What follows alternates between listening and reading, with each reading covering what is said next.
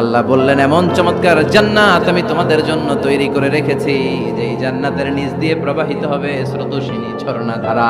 সুবহানাল্লাহ। ঝর্ণা দেখতে ভালো লাগে না কার? হাত তোলেন। সবার মন চায় না ঝর্ণা দেখতে? ঝর্ণা দেখলে মনটা কেমন যেন স্বস্তি ফিরে পায়, ঠান্ডা হয়ে যায়, ঠিক কি না? জান্নাতীদের হৃদয়টারে শীতল করার জন্য রব্বুল আলামিন জান্নাতের চারিপাশে বড় বড় ঝর্ণা ফিটিং করবে। বিশাল বড় বড় পানির ফোয়ারা থাকবে। জান্নাতের স্পেশাল একটা ফোয়ারা আছে, ওইটার নাম সালসাবিল। কি নাম?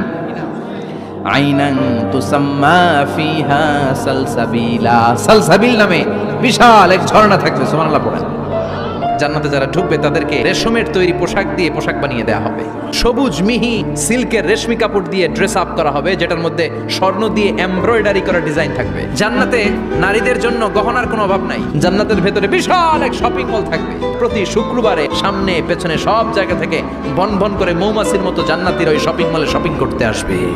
ইচ্ছে মতো দেদারসে পোশাক কিনবে, ইচ্ছে মতো শপিং করবে, টাকা দেয়া লাগবে না, ক্রেডিট কার্ড লাগবে না। এবার জান্নাতের আবহাওয়া সম্পর্কে জানি।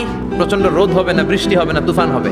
জান্নাতের ভেতরে জান্নাতীরা সূর্যের প্রচন্ড তীব্রতাও পাবে না, আবার শীতের কারণে কষ্টও পাবে না। দুইয়ের মাঝামাঝি চমৎকার আনন্দ ঘন নাতিশীতোষ্ণ একটা পরিবেশ আমি জান্নাতে করে দিয়েছি।